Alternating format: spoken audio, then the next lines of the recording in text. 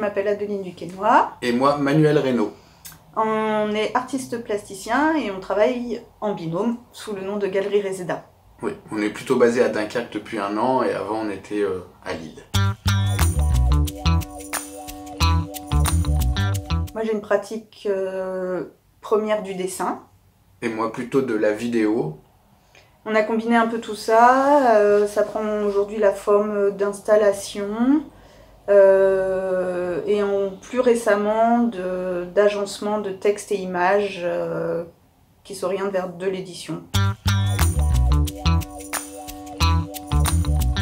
Il s'agirait de rapport au territoire, de comment on conçoit l'endroit où on vit, l'environnement immédiat du quotidien et de pouvoir imaginer qu'on peut le transformer, le réinventer, lui trouver de nouvelles formes. On a beaucoup fonctionné par résidence, donc la meilleure expérience artistique, je pense, c'est lié aussi au souvenir du voyage qui nous a le plus marqué. On est parti vivre 4 mois au Mexique il y a quelques années et on a fait une résidence assez longue où on travaillait avec les habitants et avec les artisans notamment. Moi je ferais de manière plus globale du coup sur cet ensemble de projets de résidence in situ en France et à l'étranger qui sont toujours des expériences nouvelles de découverte des territoires et la part très importante des personnes que l'on rencontre, avec qui on vit, avec qui on travaille et tout ce que ça apporte d'enseignement et de richesse.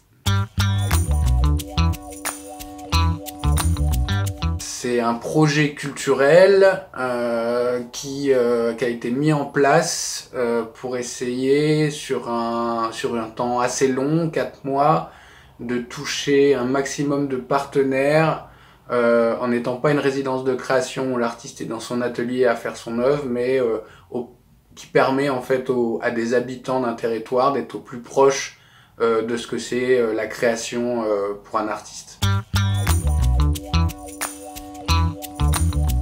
Ça a eu un gros impact qui a été plutôt positif parce que ça a fait comme une parenthèse en fait dans notre travail où on a toujours plutôt produit des grosses installations et là ça nous a permis d'être un peu plus humble dans la création et d'être sur le dessin et le texte et de travailler plutôt ces formats-là. Ben les deux, non Art et environnement. Art-environnement, c'est pour nous un petit peu la même chose vu qu'on travaille essentiellement sur cette question de l'art en extérieur aussi et encore plus récemment. Entre les deux justement, à la limite. Ouais, à la lisière.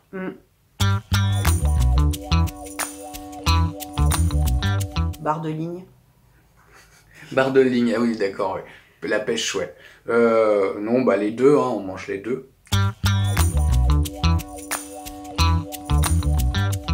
Oui. Oui. Pour nous, Scléa, ça va être l'occasion de s'immerger encore plus en profondeur dans cette ville dans laquelle on est arrivé il y a finalement assez peu de temps. Ça, à l'échelle de toute la communauté urbaine, d'essayer d'avoir un rapport au territoire le plus large et le plus ample possible. Produire encore de nouvelles formes, rencontrer et faire se rencontrer des gens. Et puis se déplacer à pied, en bus, à cheval, vivre de nouvelles aventures. Digue du Brec. Canal de Bergue. Et le Frincoupe terminus. Les 3. Aucun. C'est être au plus près de l'intention de l'artiste, de la volonté de l'artiste, en dehors, on va dire, de ce que ça peut donner comme forme à la fin, mais c'est ce qui permet, on va dire, à un public d'être dans les intentions de l'artiste, quoi, ce qui est en fait sa volonté de création au quotidien. Et aussi arpenter, faire des pauses, boire, manger, discuter, établir un campement, prélever, répertorier, et documenter. Village vacances.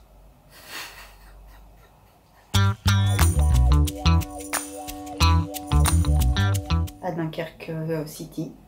Bah oui, notre prochain voyage, ça va être chez nous, mais voyage approfondi du territoire dunkerquois.